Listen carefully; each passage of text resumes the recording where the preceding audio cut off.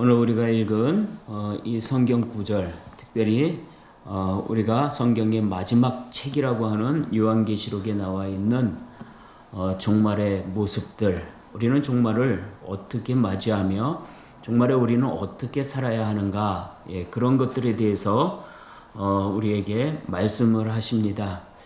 우리가 특별히 이 말씀을 깊이 생각해야 하는 것은 우리가 지금 살아가고 있는 이 시대를 바라볼 때 성경에 나와 있는 이 말세의 현상들이 너무나도 가득하게 세상에 있기 때문에 우리는 조금 더 이 말씀을 집중해서 들어야 할 필요가 있습니다. 우리는 어떻게 해서 구원을 받느냐? 우리는 오직 예수 그리스도로 말미암아 구원을 받습니다. 또 다른 말로 우리가 예수 그리스도를 믿게 되는 것은 하나님의 은혜로 말미암은 것이기 때문에 하나님의 은혜로 말미암아 구원을 받았다라고 이야기합니다. 그런데 우리가 예수 그리스도로 말미암아 구원을 받았다라고 하는 것은 우리가 이 죄에 대하여 모든 속죄함을 받았고 또 하나님께서 우리를 구원하시고 하나님의 나라의 백성으로 삼아주시고 천국에 드릴 수 있는 거룩한 자들로 우리를 인정하셨다라고 하는 것이죠. 그래서 우리가 이렇게 모든 죄에서 씻음을 받고 하나님의 거룩한 자로 하나님 앞에 설 수 있게 되는 것, 하나님께 받아들여질 수 있는 것은 우리의 능력이나 노력에 의한 것이 아니라 오직 예수 그리스도로 말미암은 것이다 라고 성경은 우리에게 늘 말씀하고 있습니다. 그래서 우리가 구원을 받는 것은 오직 예수님으로 말미암아 구원을 받는 것이다. 우리 예수님께서는 우리의 의가 아니라 예수님의 의로 말미암아 우리를 구원받게 하셨고 우리의 죄는 그러면 어떻게 하느냐? 바로 예수님의 피로 우리의 죄를 씻었다라고 하는 것입니다. 오늘 우리가 읽은 이 14절에 보면 자기의 두루마기를 빠는 자들은 복이 있으니 이는 그들이 생명나무에 나아가며 문들을 통하여 성에 들어갈 권세를 받으려 함이로다. 여기 생명나무라는 이야기가 나오죠. 우리가 에덴 동산에서 아담과 하와가 하나님의 말씀에 불순종하고 죄를 짓고 타락해서 그 에덴 동산에서 쫓겨날 때에 하나님께서는 두루 도는 화영검으로 이 생명나무에 이르는 길도 막으셨습니다. 그래서 우리는 영원한 생명을 가질 수가 없게 되었고 또 영원한 천국을 누릴 수가 없게 되었는데 지금 이 성경 마지막에 나오는 요한계시록 이 22장에 바로 그 생명나무가 등장을 하고 있어요. 다시 말하면 이 생명나무, 우리가 잃어버렸던 그 생명나무로 하나님께서 우리를 인도하여 주신다라는 거죠. 그 생명나무에게 나아가 우리로 하여금 영원한 생명을 얻고 하나님이 주시는 영원한 축복의 나라에서 영생복락을 누리게 하겠다라고 하는 거죠. 그런데 이 생명나무로 나아가는 자는 첫째, 자기의 두루마기를 빠는 자들이라는 거예요. 이 두루마리를 빤다라는 건 뭐냐면 두루마리를 새하얗게 만든다라는 거예요. 왜 새하얗게 만들어야 하느냐 하면 하나님께서 인도하여 주시는 그 나라, 이 생명나무가 있는 그곳으로 들어가기 위해서는 그들이 입은 옷들이 하나님이 정하신 그 거룩함이 있어야 된다는 것이죠. 그래서 하나님이 정하신 그 거룩함이라는 것은 전혀 죄가 없는 완전 무결하게 깨끗한 옷을 의미하는 것입니다. 그렇다면 우리는 그러한 옷을 입고 있느냐? 우리는 전혀 그러한 옷을 입을 수도 없고 입지도 않고 있는 것이죠. 우리가 입고 있는 이 옷이라는 것은 더러운 죄악으로 말미암아 꼬질꼬질 되어 있고 또 너무도 더러워서 도저히 이 옷을 입고서는 천국에 들어갈 수가 없는 것입니다. 그런데 이 죄가 얼마나 우리의 이 옷에 더럽게 맺혀 있냐 하면은 이 세상에 그 어떤 것으로도 결코 이 옷을 새하얗게 할 수 있는 그러한 방법이 없기 때문에 어떤 것으로 이 옷을 빤다고 하더라도 우리는 하나님을 만족하게 할 수 있는 새하얀 의복을 만들어 입을 수는 없다는 것이죠.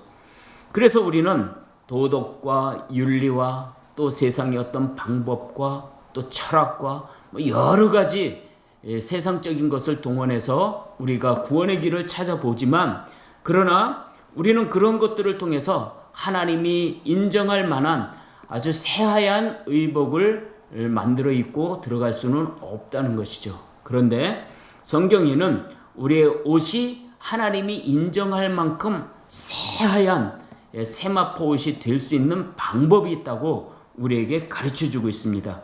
우리가 오늘 읽은 이 요한계시록 7장 14절에 보면은 이렇게 말씀하고 있습니다. 이는 큰 환난에서 나오는 자들인데 어린 양의 피에 그 옷을 씻어 희게 하였느니라 라고 말하고 있습니다.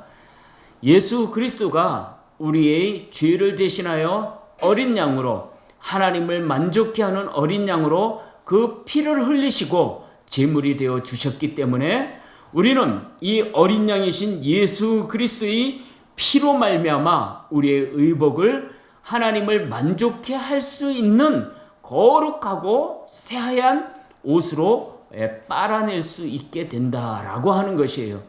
그러니까 우리가 구원을 받을 수 있는 유일한 길은 예수 그리스도의 십자가에 달려 흘리신 이 어린 양이신 예수의 피로만 우리의 의복을 깨끗하게 할 수 있다라고 하는 거예요. 여러분, 이것은 조금 더 깊이 생각해 봐야 할 문제인데, 단순히 예수 믿고 구원받는다 그런 의미가 아니에요. 여기에는 전제가 있어요. 뭐냐면 나는 죄인이다. 더러운 죄인이다. 내 죄를 내가 아무리 해도 깨끗하게 할 수가 없다. 어떤 방법을 통해서도 나는 하나님 앞에 나갈 수 없는 이 더러운 죄의 옷을 입고 있다라는 그런 절망과 비통함과 뉘우침이 있는 각성이 전제가 된다는 거예요. 이 각성이 예수 그리스도로 말미암아 구원받는 첫 번째 발걸음이라는 거예요. 제가 안타까운 것은 교회에 나가게 될 때, 전도할 때도 그러고 사람들에게, 목사님들이 그 사람들을 구원받았다는 것을 선포하고 그럴 때도 보면, 또 교인들에게 설교를 할 때도 그렇고, 왜 그런지 나는 죄인이다라는 것을 절대 말을 안 해요. 그 듣는 사람이 기분 나빠서 그런가 몰라도 당신들은 죄인입니다를 먼저 해야 되는 거예요. 그 예수님이 필요가 없죠. 내가 죄인인 걸 모르고 있으면 예수님이 필요가 없죠. 내가 죄인이라는 것을 모르면은 예수가 왜 필요하겠어요? 근데 우리는 내가 죄인이라는 것을 말을 안 한단 말이에요. 교회에서 말을 안 한단 말이에요. 우리도 내가 죄인이라는 것을 먼저 하나님 앞에 철저히 각성하고, 그래서 내가 이 죄 때문에 괴로워하고 고통스러워하고 이 죄 때문에 하나님께로 갈 수 없다는 이 불행한 삶, 하나님의 자녀로 살아갈 수 없다는 이 고통스러운 삶에 대한 것, 이 죄에 대한 각성을 하지 않으면 우리에게 예수 부모가 아무 필요 없다니까는요. 교회 다니는 거 아무 필요 없다니까는요. 제가 그 전에 말씀드렸죠. 우리가 죄인이다라고 말하니까 기분 나빠서 교회 안 다닌다고 가버린 사람이 있다고 그랬죠. 내가 왜 죄인이에요? 그런 사람은 천국 못 가요. 내가 죄인이라는 걸 모르는데, 내가 죄인이라는 걸 인정을 안 하는데, 내가 저지르고 살아온 이 죄, 내 모습의 이 더럽고 추악한 죄로 말미암아 하나님 앞에 서는 것이 두렵고 떨리지가 않는데 무슨 예수님이 필요하고 천국이 필요하겠냐고요. 그런 사람은 절대로 예수를 믿지 않아요. 우리는 내가 죄인이라는 것을 각성을 해야 돼요. 죄인이라는 걸 각성을 한 사람은 어떻게 하죠? 괴로워하죠. 죄를 지으면서도 히히히 하고 돌아다니는 그런 게 아니죠. 교회 다니면서도 날마다 죄를 지으면서 살아가면서도 내가 교회 집사야, 내가 교회 장로야 이러고 떠들고 다니는 거, 그런 모습이 아니죠. 죄에 대하여 각성한 사람은 하나님 앞에 서는 것이 무서워요. 내가 이 죄 때문에 하나님 앞에 영원한 형벌을 받는구나. 이 무서운 지옥의 형벌을 받는구나. 그 두려운 마음이 있는 거죠. 그 두려운 마음이 있는데 어떻게 히히히 하면서 죄를 지으면서 돌아다니며 살 수가 있겠어요? 그죠? 우리가 예수 그리스도로 말미암아 우리의 옷을 깨끗하게 빨아서 하나님께서 받아들이실 만큼 새하얀 의복이 되려면 우리는 죄에 대하여 철저히 각성하고, 그리고 그 죄로 말미암아 하나님 앞에 철저히 회개하고, 그리고 예수 그리스도의 십자가의 은혜, 예수님이 나를 대신하여 나의 죄를 대신하여 십자가에 달려 죽으시며 흘리신 그 피를 의지하여 하나님 앞에 회개의 길을 걸어갈 때, 그때 비로소 우리는 우리의 의복을 깨끗하게 빤 자가 될 수 있는 것입니다. 여기에 비슷한 말이 또 있어요. 무엇이냐면 이 14절에 그들이 생명나무에 나가며 문들을 통하여 성에 들어갈 권세를 받으려 함이로다 라고 말하고 있어요. 우리는 문을 통해서 성으로 들어갈 수가 있죠. 우리는 하나님의 나라를 이 문을 통해서 들어가야지 돼요. 그 문, 왜 문이 있냐? 아무나 들어가지 못하게 하기 위해서 문이 있는 거예요. 아무나 못 들어가게 하기 위해서 문이 있는 거예요. 그러니까는 우리는 반드시 그 문을 통해서만 들어갈 수가 있는데, 그 문을 통과할 수 있는 사람은 오직 예수 그리스도를 믿은 사람만 그 문을 통과할 수 있는 거예요. 다른 문으로 들어가면은 절대로 천국이 아니에요.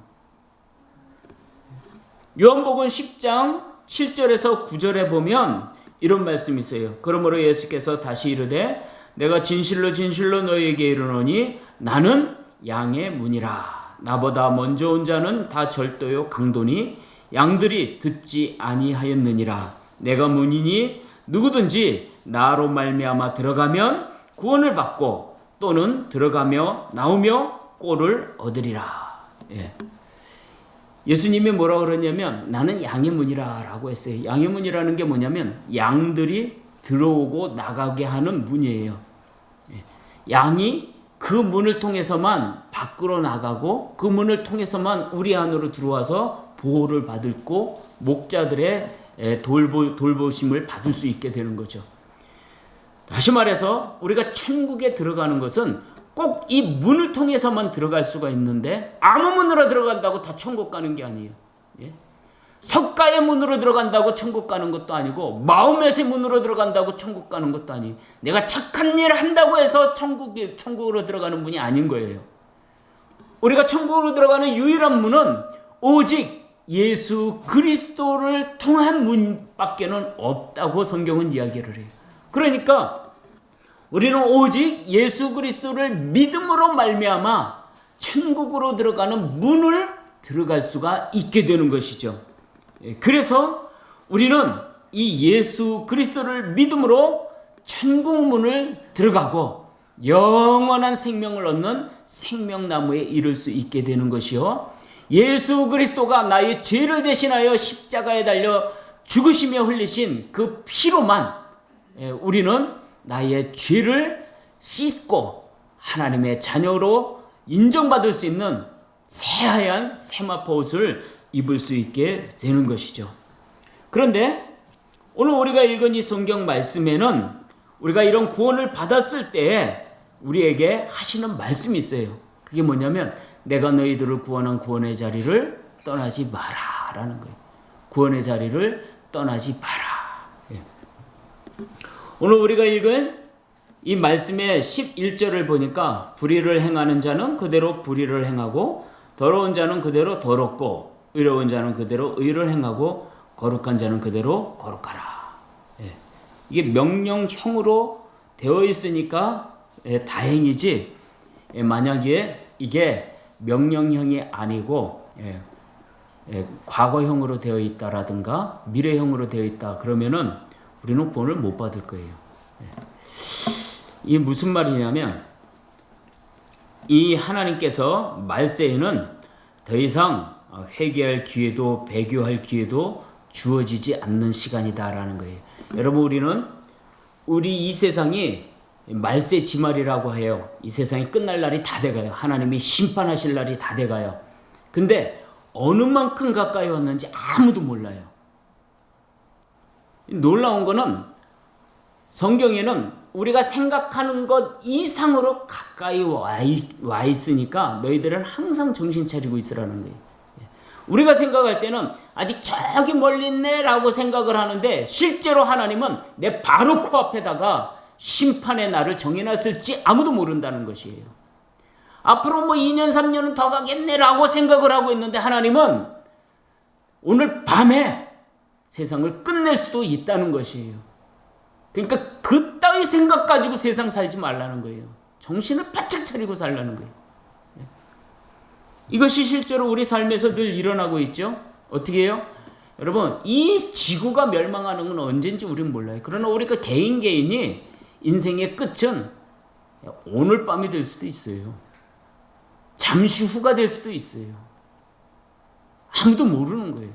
근데 어떻게 내일을 기약하고 또 1년 후를 기약하면서 세상을 함부로 살아갈 수가 있겠어요? 그죠?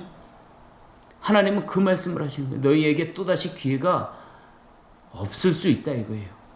너희가 회개할 기회 다시 주어지지 않을 수 있다 이거예요. 그래서 우리가 지금 살아가고 있는 이 세상, 그런 기회가 다시 주어지지 않기 때문에 현재를 함부로 살아서는 안 된다라는 것이죠. 지금이 회개할 기회고 구원받을 기회가 있을 때에 회개하고 기회가 주어졌을 때 구원을 받으라 라고 하는 거예요. 무서운 거는 이 말씀의 의미가 또 이러한 것을 내포하고 있어요. 회개의 삶을 떠나지 말라. 다시 돌아올 시간은 없다라는 거예요. 없다. 다시 돌아올 시간 없다. 너희들은 또 이러다가 죄 짓고 또 넘어지고 엎어지고 그럼 또 다음에 회개하면 하나님 또 용서해 줄 건데 이러고서 그 죄를 짓고 또 그 길로 가요. 근데 하나님은 그런 사람에다 대고 지금 이렇게 말씀하시는 거예요. 네가 오늘 또 죄 짓고 내일 또 죄 짓고 다음에 또 회개하고 또 돌아오고 또 하나님은 그를 돌이키기 위하여 그에게 역사하시고 그럴 거라고 생각을 하는데 웃기는 소리 하지 마라. 그 얘기를 하신 거예요. 네가 오늘 밤에 네 인생이 끝나서 다시는 회개할 기회도 주어지지 않고 돌아올 기회도 주어지지 않을 것이다 라고 말씀을 하시는 거예요. 네 생각, 그 미련한 네 생각 가지고 그렇게 인생을 살지 말라는 거예요. 하나님은 어떻게 하실지 아무도 모른다는 거예요. 저도 한때 그런 생각을 가진 적이 있었어요. 제가 젊었을 때 아직은 내가 젊으니까 죽지 않을 것이다. 하나님이 내가 좀 지금 이렇게 신앙생활도 잘 못하고 조금 이렇게 잘못된 인생을 살아가고 있지만 언젠가 하나님께 돌아가면 되겠거니 라고 생각을 했어요. 그러다 제가 깜짝 놀란 적이 있어요. 뭐냐면 그때 아르바이트 하느라고 어디 일을 하러 갔는데 그 안산으로 생각이 돼요. 도로에 그 신시가지에 있는 도로에 이 표지판을 세우는 거예요. 철판을 쇠로 이렇게 기둥을 해서 그걸 세우는 거예요. 그걸 우리 회사에서 제작을 해가지고 차에다 싣고 사람들이 없는 밤에 가서 작업을 하는 거예요. 땅을 파고 기둥을 세우고 그 철판을 탁 세워요. 그럼 다음 날이면 차들이 지나가면서 표지판 이정표를 탁 보고 그러죠. 그 일을 하는 거예요. 밤에 하죠. 그러니까 제가 이제 아르바이트로 그거를 했는데 밤에 큰 트럭에다가 뒤에다가 그 철판을 올리고 그러니까 철판에 기둥이 이렇게 서 있어요. 그러니까 차 위로 이렇게 올라가 있어요. 쇳덩어리죠. 근데 그 철판 위에 친구하고 저하고 둘이 누워서 있었어요. 그러면서 이렇게 하늘을 보니까 별이 얼마나 이쁘게 떴는지 친구하고 야, 저 별 봐라. 그때는요 지금처럼 하늘이 그렇게 막 그 먼지가 많고 그래갖고 막 흐리고 그러지 않았어요. 옛날엔 밤에 하늘을 보면 별이 얼마나 초롱초롱하게 빛나는지 너무 아름다웠어요. 친구하고 누워가지고 야, 별 봐라, 얼마나 멋있냐, 아름답다. 야, 그러면서 이제 둘이 막 장난을 치신, 넌 인생이 이렇게 아름답냐? 그럼 아름답지 안 아름답냐? 뭐 이러면서 농담하고 있는데 갑자기 별이 막 쏟아져요, 옆으로. 그때 잠깐 정신을 잃었어요. 이게 무슨 현상이지 하고 상황 파악이 안 되는 거예요. 이게 뭐지? 하면서 뻘떡 일어나 앉았어요. 친구랑 같이. 그래서 보니까 우리가 누워있는 철판 위로 나와 있는 이 쇠 기둥이 그 길에 그 전봇대에 그 흘러내린 그 전선을 잡고 쭉 가고 있는 거예요. 그러니까 뭐가 전봇대나 뭐 이런 게 쓰러지는 게 꼭 별이 쏟아지는 걸로 보였던 거예요. 그래갖고 깜짝 놀라갖고 운전하시는 분 운전석에다 손을 탁탁 치고 뛰어내리는 순간 그 차가 그냥 팍 하고 불이 나더라고요. 우리가 누워있던 철판에 그 고압선의 전기가 쫙 흐른 거예요. 몇 초 사이에요, 몇 초. 진짜 몇 초 사이에요.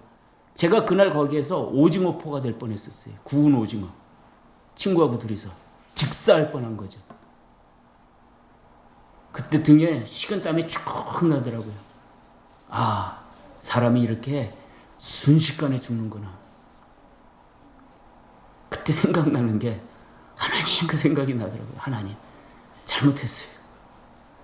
그 생각이 나더라고요. 하나님 잘못했어요. 왜 그런지 모르겠어요. 아무튼 하나님께 하나님 잘못했어요. 그 말이 속으로 막 나오더라고요. 여러분, 우리는 시간이 계속 있을 거라고 생각을 해요. 그렇지 않아요. 언제 우리 인생이 끝날지 아무도 몰라요. 그러니까 내일 또 기회가 있을 것이다. 1년 후에는 내가 회개하고 돌아올 것이다. 그런 생각하지 마세요. 지금 당장 삶을 고치셔야 돼요. 다시 기회가 있지 않아요. 여러분, 그 국제시장이라는 영화 보셨어요? 국제시장이라는 영화에 보면 흥남부두에서 철수할 때 이 주인공이 주인공의 아버지가 여동생, 이 주인공의 여동생을 잃어버려요. 그래서 이 주인공의 아버지가 배에 올랐다가 그 아들에게 이야기해. 우리 나머지 식구들 네가 장남이니까 네가 책임져야 된다. 네가 잘 책임져야 된다. 내가 가서 그 잃어버린 동생, 여자 동생을 찾아가지고 다시 올 거니까 걱정하지 말고 우리 다시 만날 수 있을 것이야. 이러고 배에서 내렸어요. 배에서 내리고 아버지가 돌아오기 전에 배는 출발을 해버렸어요. 그래서 어떻게 됐어요? 영원히 그 후로 아버지를 못 만났어요. 영원히 아버지하고 이별을 하게 됐어요.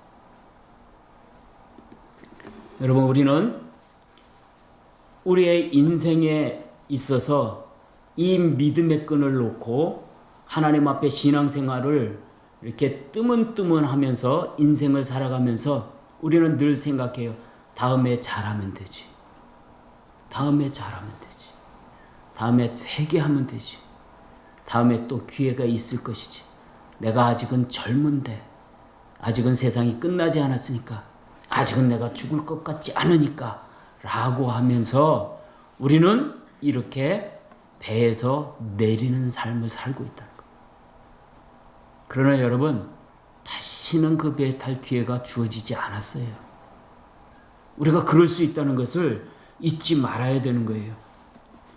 여러분, 말세에는 이 죄와 악이 더 심해지고 그것이 보편화되는 문화가 가득하게 되어 있어요. 그러니까 여러분, 우리가 지금 살아가고 있는 세상을 좀 보셔야 돼요. 지금 우리가 살아가고 있는 세상, 지금 이 모습을 보니까 하나님이 곧 이 세상을 심판하시겠구나라는 그러한 마음의 경성이 일어나야 되는 거예요. 여러분, 요즘 있잖아요. 동성애를 욕하면은요, 뭐라 그러냐면은 시대에 뒤떨어진 사람이네 그래요. 목사님들 중에서도 그런 얘기를 해요. 시대에 뒤떨어진 사람이네. 지금 시대가 어떤 시대인데 그래요. 그리고 동성애 하는 사람을 이상하게 보면은 그 사람을 갖다 뭐라 하냐면 저 나쁜 놈, 사람 차별하네 그래. 뭐 동성애 하는데 너한테 무슨 죄진 거 있어? 잘못한 거 있어? 이렇게 나온다고요. 그래서 동성애를 차별해서 동성애를 죄다라고 말을 한다든가, 또 동성애자들이 결혼을 하려고 할 때 목사들이 그거를 거부한다든가 그러면 차별했다고 해서 벌을 받게 돼요. 그리고 또 벌금을 내게 돼요. 그 법을 지금 만들고 있단 말이에요. 여기에 찬반 논란이 엄청 많은데 목사님들도 죄는 미워도 사람은 미워하지 말랬다 그러면서 그런 법들을 만들어야 된다는 거예요. 그런 사람을 차별하면 안 된다는 거예요. 여러분, 우리는 그 사람들 차별하지 않아요. 차별하는 게 아니라 그게 죄라고 말하는 거예요. 그러니까 그걸 하지 말라 그러는 거예요. 그러면 그걸 차별하는 게 아니라 그 사람을 사랑하니까 그 말을 하는 거예요.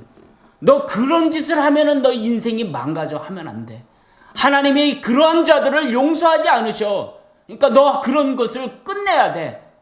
너 인생은 그렇게 삶으로 말미암아 인간다운 삶을 살아갈 수가 없어. 우리가 이런 말을 하는 거는 그 사람을 차별하고 미워해서 하는 말이 아니라 그 사람을 사랑해서 그 사람을 구원하려고 그 말을 하는 거예요. 근데 그런 말 하면은 요즘 어때요? 시대에 뒤떨어진 목사 그런다고요. 시대에 뒤떨어진 교회, 그렇게 말한다고요. 여러분,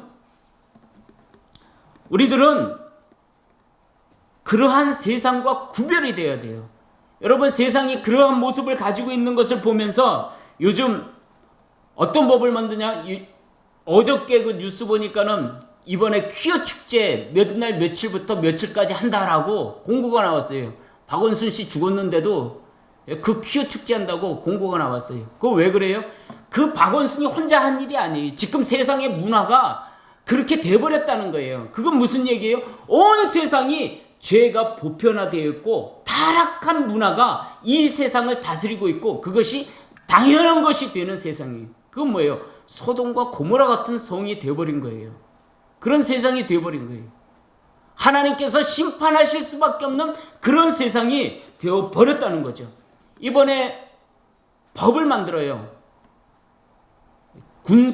군인들한테 군 부대에서 학문 선교하는 것을 금지하는 법을 폐지한다고 법을 만들어요. 무슨 말이겠어요, 그게? 그렇게 해도 된다는 얘기 아니에요.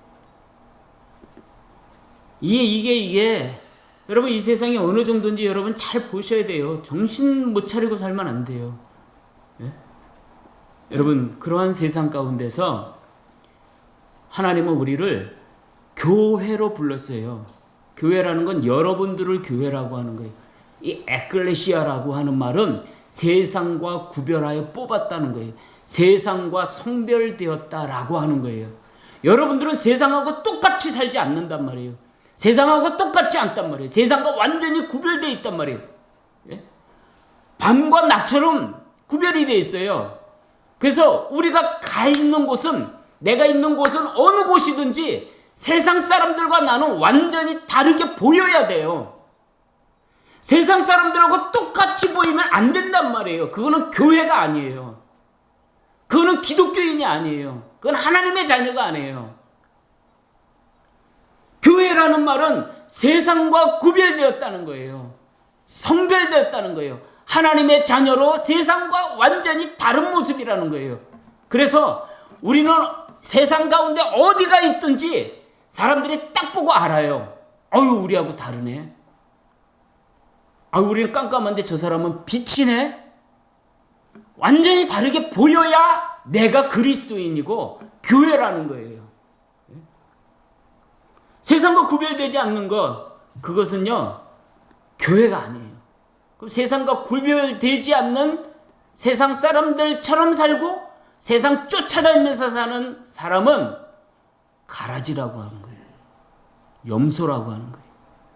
가라지나 염소는 그리스도인이 아니고 구원받은 사람이 아닌데 교회에 섞여 있는 거예요. 말세에는 그것이 확연하게 드러난다고 했는데, 그래서 지금 이 시대의 교회들이 이토록 타락한 모습을 가지고 있는지도 모르겠어요. 신학교도 타락하죠. 목사들도 타락하죠. 교인들은 말할 것도 없이 타락하죠. 어찌 대한민국에서 교회라고 할 수가 있고 교인이라고 이야기할 수가 있겠어요? 제 친구가 어저께 그 얘기 하더라고요. 자기 옆집 사는 사람이 병원에 입원했대요. 왜 그러니까 누구한테 맞아가지고 갈비뼈가 부러지고 그래가지고 병원에 입원했대요. 왜 누구한테 맞았냐고. PC방에 들어갔는데 어떤 사람이 야한 동영상을 보고 있더래요. 그래서 이 사람이 그 사람한테 여기 학생들도 오고 그러니까 이런 거 보시면 안 돼요 그랬대요. 근데 좀 이따 그 사람이 잠깐 밖으로 나오라고 그랬대요. 나갔더니만 돌을 들고 있다가 나오니까 옆구리를 팍 찍은 거예요. 내가 보니까 그 사람이 전문적인 싸움꾼이에요. 폭력배예요. 그 돌 가지고 옆구리를 찍는 거는 아무나 그런 걸 몰라요. 그건 싸움을 전문으로 하는 사람만 아는 거예요. 돌로 옆구리를 탁 찍으면 힘을 잃어요. 아무리 등치 큰 사람도 힘을 못 써요. 그 다음부터 이제 두들겨 패는 거예요. 이거 아는 거 보면 전문적인 아주 폭력배였던 것 같아요. 그래갖고 얼마나 맞았는지 병원에 입원했어요. 근데 놀라운 게 있어요. 그 사람을 팬 사람이 합의를 안 하겠다는 거예요. 감옥에 가겠다는 거예요. 그 사람이 누구냐? 그 동네 목사예요. 그 동네 교회 목사예요. 그 얘기를 듣고 내가 충격을 받았어요. 물론 제가 뭐 거룩하고 뭐 빛이 반짝반짝하는 그런 목사다 그런 말이 아니에요. 그래도 아무리 그래도 목사가 그런 지경까지 갈 수 있나. 근데 여러분 목사만 그러는 게 아니에요. 장로도 집사도 그러고 평신도도 그러고 다 그렇게 살아요. 그게 뭐예요? 구별되지 않는 교회예요. 구별되지 않는 그리스도인이에요. 말세에는 교회가 타락하고 교인들이 타락하는 거예요. 그래서 우리는 구별되지 않는 모습을 보여요. 그런데 하나님은 우리에게 뭐라 그랬어요? 구별되라. 세상과 구별되라. 이스라엘 백성들을 애굽에서 데리고 나오실 때 하나님 뭐라 그래요? 나는 거룩한 하나님이다 이거예요. 내가 거룩하니 너희도 거룩할지라. 그래서 내가 너희들을 저기에서 데리고 나왔다는 거예요. 우리를 하나님이 왜 구원하셨을까요? 거룩하신 하나님의 자녀를 왜 삼았을까요? 하나님이 거룩한 것처럼 너희도 이 세상 가운데서 거룩하라고 우리를 구원하신 거예요. 그렇게 세상 사람들하고 똑같이 살라고 우리를 구원하신 게 절대로 아니란 말이에요. 예? 그래서 우리 구원받은 하나님의 백성들, 이 교회는 이 유혹과 핍박이 올 수밖에 없는데 그 유혹과 핍박을 우리가 감지하면서 살아야 돼요. 아, 나를 유혹하는구나. 타락하게 만드는구나. 나를 예수 믿지 못하게 하고 하나님의 자녀답게 살지 못하도록 나를 핍박하는구나 라는 것을 감지하고 그런 것을 물리칠 수 있어야 되는 거죠. 예. 저는 그런 생각을 해요. 내가 세상 사람들하고 어울려 살면서 교회에서 신앙생활하는 것보다 세상 사람들하고 어울려 살고 그런 것이 더 즐겁고 좋다. 그 사람은 이미 배교의 길을 걸어가고 있는 거예요. 뭐 세상 사람들이 교회 못 가게 핍박한다. 그러면 이제 핑계가 좋죠. 교회 안 갈 핑계가 좋죠. 그래서 나는 교회를 갈 수가 없어요 라고 하는 사람도 이미 배교의 길을 가는 거예요. 이해가 될 것 같죠? 아이 교회 못 가게 하는데 교회 가면 벌금 내게 안 되는데 그래서 교회 안 간다. 그러니까 이거는 믿음이 없는 건 아니다라고 핑계를 대겠죠. 아니요. 그거는 믿음 없는 거예요. 그건 믿음 없는 거예요. 너 지금 교회 가면 당장 총으로 쏴 죽일 거야 해도 교회를 가는 게 믿음 있는 거예요. 다니엘이 그랬죠. 다니엘의 세 친구가 그랬죠. 에스더가 그랬죠. 그게 믿음이에요. 우리는 믿음이 뭘 믿음으로 생각하는지 모르겠어요. 그냥 교회만 다니면 믿음 있는 게 아니에요. 내 목숨을 바쳐서 하나님 앞에 나가는 거예요. 신앙생활을 하는 거예요. 아울러 죄와 싸우는 거예요. 목숨을 걸고 죄와 싸우는 거예요. 나의 삶을 고쳐나가는 거예요.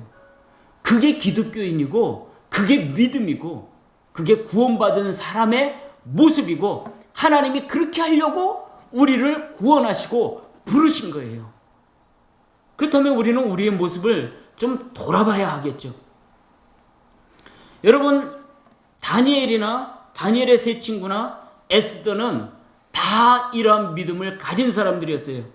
이 다니엘은 일상생활에서 하나님 앞에 기도하지 못하게 하는 이 유혹에 직면했어요. 그러나 그 유혹을 물리치고 하나님 앞에 기도했어요. 잡아서 사자굴에 넣어서 사자에게 물어뜯겨 죽게 만들겠다 하는데도 하루에 3번 하나님 앞에 기도했다고요. 다니엘의 세 친구들은 어때요? 우상에게 절하지 않으면 이 용광로에다가 집어넣어서 태워 죽여버린다 그랬어요. 그때 뭐라 그래요? 하나님이 우리를 구원하실 것입니다. 그러나 그리 아니하실지라도 우리가 저 우상에게 결코 절하지 않을 것을 왕은 아십시오. 그래요. 무슨 말이에요? 내가 용광로에 태워 죽임을 당해도 나는 절대로 하나님 외에 어떤 것도 신으로 섬기지 않을 것입니다. 칼로 찔러 죽여도, 총으로 쏴 죽여도, 내 살가죽을 벗겨 죽여도 나는 하나님 이외에 어떤 것도 섬길 수 없습니다. 라고 말한 거예요. 여러분, 이거 뭐라고요? 이게 믿음이라고요. 이게 신앙이라고요. 우리의 신앙을 돌아봐야 돼요. 조금의 이익 때문에, 조금의 핍박 때문에, 조금의 유혹도 못 이겨서 넘어지고 엎어지고 꼬꾸라지면서 다음에 또 회개하면 되지, 다음에 또 기회가 있겠지, 이러면서 사는 거는요, 정확하게 제가 말할 수는 없지만 천국에서 못 볼 것 같아요. 그런 사람 믿음이 있다고 할 수 없을 것 같아요. 베드로전서 4장 7절에 보면 이러한 세상을 살아가고 있는 우리에게 하시는 말씀이 있어요. 그게 뭐냐면 정신 차려 근신해라. 베드로전서 4장 7절에 보니까 만물의 마지막, 지금처럼 만물의 마지막이 가까이 왔으니 그러므로 너희는 정신을 차리고 근신하여 기도하라 라고 하고 있어요. 여러분, 우리가 이 말세지마를 살아갈 때 우리는 어떻게 되냐? 다른 거 할 게 아니에요. 뭐 이러고 저러고 거창하게 하는 것이 아니라 정신 차리는 거예요. 정신을 못 차리는 게 문제예요. 정신 차리는 거예요. 다른 거 없어요. 뭐 큰 거 아니에요. 정신 차리면서 사는 거예요. 여기에서 정신 차린다라고 하는 말은 어떨 때 쓰냐면 미친 거하고 반대 개념으로 이 정신 차렸다라는 말을 써요. 그러니까 거라사 광인 아시죠? 성경을 읽으신 분들은 알겠지만 거라사 광인, 이 귀신 들려가지고 막 광인으로 살던 사람, 그 사람이 예수님을 만나고 예수님께서 그 안에 있는 귀신을 내어 쫓았을 때 그 사람이 온전한 모습으로 옷을 차려입고 예수님 앞에 앉아있는 모습을 사람들이 보게 됐어요. 그때 그걸 뭐라고 그러냐면 그거를 정신 차렸다고 그러는 거예요. 그때 똑같은 단어를 사용했어요. 네? 이 베드로전서에 나오는, 이 베드로전서 4장 7절에 나오는 정신 차리고라는 말을 그때 썼다고요. 다시 말하면 미친 삶에서 정신을 차려 온전하게 된 거를 정신 차렸다고 그런 거예요. 하나님께서는 우리에게 이렇게 정신 차리라고 이야기를 하고 있는 거예요. 무엇인가 내 정신을 빼앗기고 있다가 비로소 제 정신이 돌아왔다, 그 얘기예요. 그렇게 정신 차리라는 거예요. 너희들 뭔가에 너희 마음을 뺏기고 정신을 빼앗기고 살고 있는데 이제 정신을 차려라. 정신이 올바른 자리로 돌아와라. 그 얘기를 하는 거예요. 여러분, 연애를 하면은요, 오직 그 연애하는 것만 생각을 해요. 공부도 팽개치고 일도 팽개치고 교회도 팽개치고 그리고 오직 애인만 생각해요. 제가 그 전에 한번 말씀드렸죠. 교회 청년이 주일날 껐떡하면 빠져요. 열심히 다니던 애가 왜 그러냐 그랬더니 애인이 생겼다는 거예요. 그래서 그 애인 때문에 교회를 안 나온다는 거예요. 애인하고 만나기로 약속이 돼 있기 때문에. 그러면서 하는 말이 나 걔 없으면 죽을 것 같아요. 그래요. 무슨 얘기라고요? 하나님 없이는 살 수 있어도 얘 없이는 살 수 없어요. 그 얘기 한 거예요. 누가 하나님이에요? 그 애인이 하나님이에요. 여러분, 이런 것에서 정신을 차리라는 거예요. 여러분들이 지금 하나님을 외면하고 살아갈 수밖에 없게 만드는 그 무엇인가에서 정신을 차리고 하나님께로 돌아오라는 거예요. 여러분, 술에 빠지고 담배에 빠지고 그러면 오직 그거밖에 생각 안 나요. 언제 또 그걸 할까? 어떻게 하면 그걸 또 할 수 있을까? 그걸 하기 위해서 온갖 핑계를 대고 온갖 구실을 만들어서 또 그것을 하려고 해요. 그게 뭐예요? 정신을 잃고 있는 거예요. 미친 거예요. 거기에서 제자리로 돌아오라는 거예요. 그거를 하나님 뭐라 그래요? 정신 차려라. 말세에 정신 차려라. 그 얘기를 그렇게 하고 계시는 거예요. 우리는 그걸 홀릭이라고 그러죠. 중독자. 그런 모습을 중독자라고 그래요. 알코올 중독, 담배 중독, 일 중독, 성 중독, 관계 중독. 여러분이 관계 중독이라는 말은 처음 들었죠? 관계 중독이 얼마나 무서운 줄 아세요? 사람과 사람 사이의 관계에 중독이 돼 있어요. 아까 얘기한 것처럼 난 걔 없으면 죽을 것 같아요. 이 관계의 중독이죠. 저 사람과 내가 친분이 있어요. 나 저 사람하고 친하게 지내는 게 좋아요. 근데 저 사람하고 친하려면 교회에 못 올 것 같아요. 관계의 중독이에요. 관계의 중독이에요. 저 사람이 나를 미워하는 것 같아요. 나 미워하니까 죽고 싶어요. 관계의 중독이죠. 저 사람이 나한테 잘해줘요. 난 저 사람에게 나도 잘해줘야 돼요. 밤낮 정신없이 그 사람에게 봉사하죠. 관계 중독이에요. 관계 중독이에요.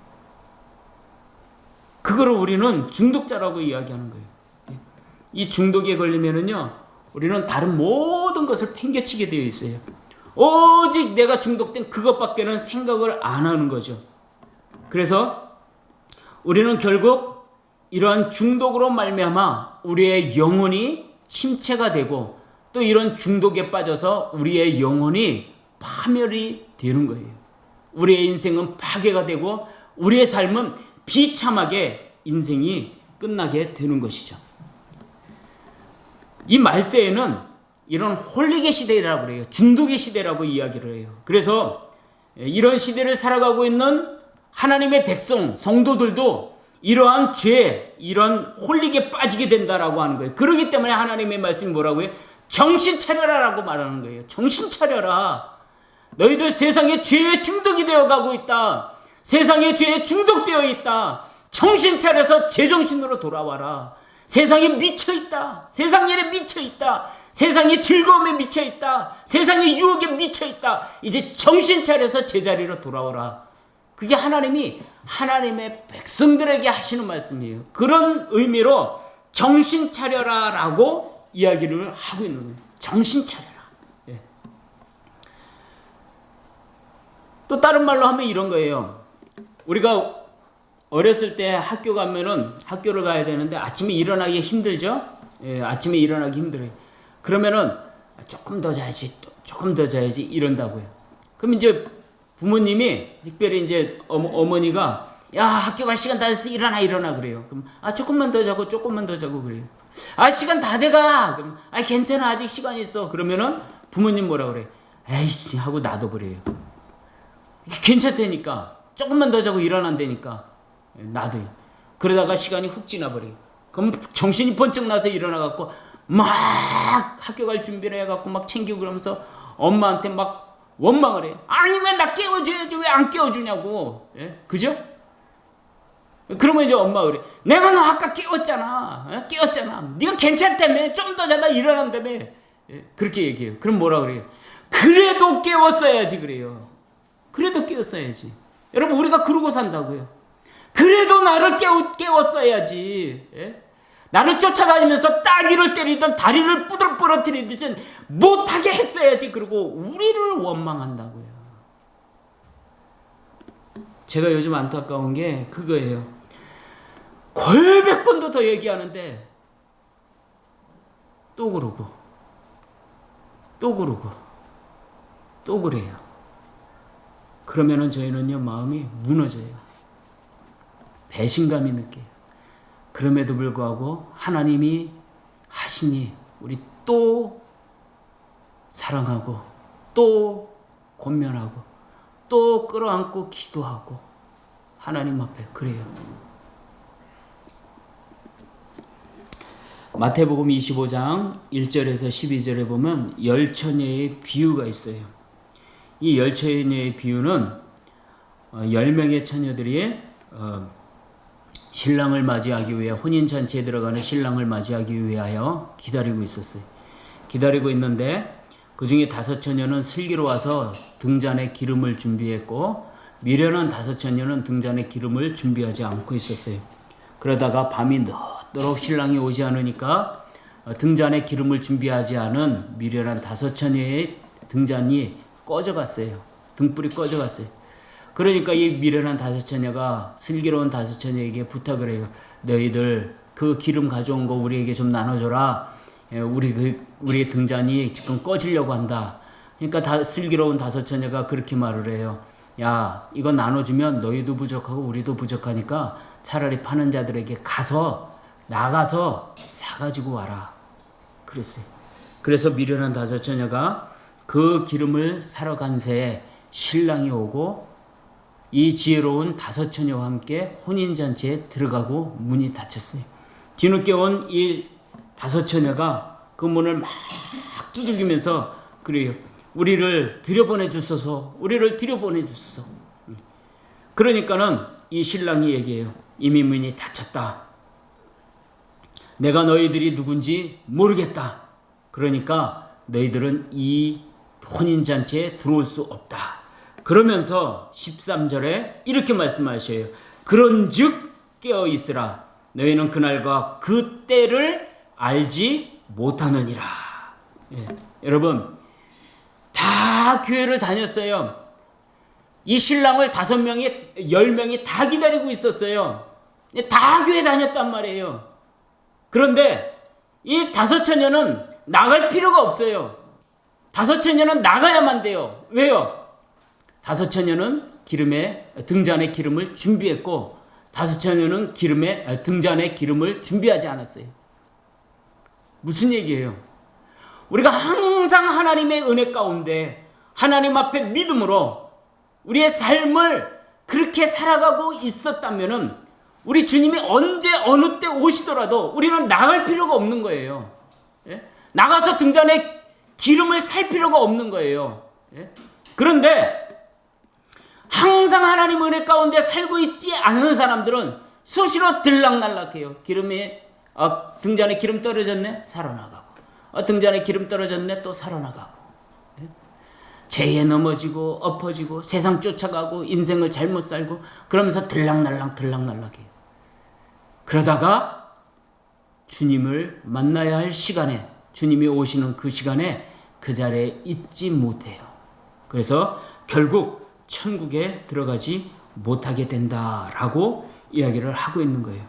여러분 정신이 온전한 자요 정신을 차렸을 뿐만 아니라 근신하고 기도하라고 그랬어요.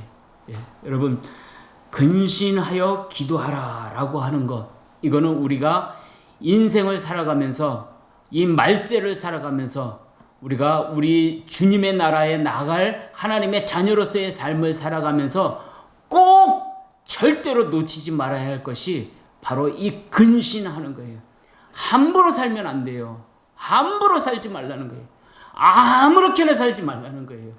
하나님의 말씀을 따라 하나님이 인도하시는 대로 하나님의 뜻에 맞게 우리의 인생을 살라는 거예요. 야고보서 1장 27절에 보면 이런 말씀이 있어요. 하나님 아버지 앞에서 정결하고 더러움이 없는 경건은 곧 고아와 가부른 그 환난 중에 돌보고 또 자기를 지켜 새 속에 물들지 아니하는 그것이니라. 예? 자기를 지켜 새 속에 물들지 아니하는 그것이니라 라고 말씀하셨어요. 여러분 이 근신은 자기를 다스려서 세상에 물들지 않게 조심해서 살아가는 삶을 이야기하는 것이에요. 정신을 차리고 근신하고 기도하며 자신을 지키는 생활을 해라 라고 말씀하고 있어요. 여러분, 우리의 인생, 우리의 신앙생활 함부로 살지 마세요. 또 다음에 또 기회가 있을 것이다. 또 다음에 또 회개하면 된다. 이런 생각하지 마세요. 항상 정신을 차리고 깨어서 근신하면서 오직 주님만 바라보고 오직 주님만 기다리면서 우리의 삶을 세상과 구별되게 살아가십시오.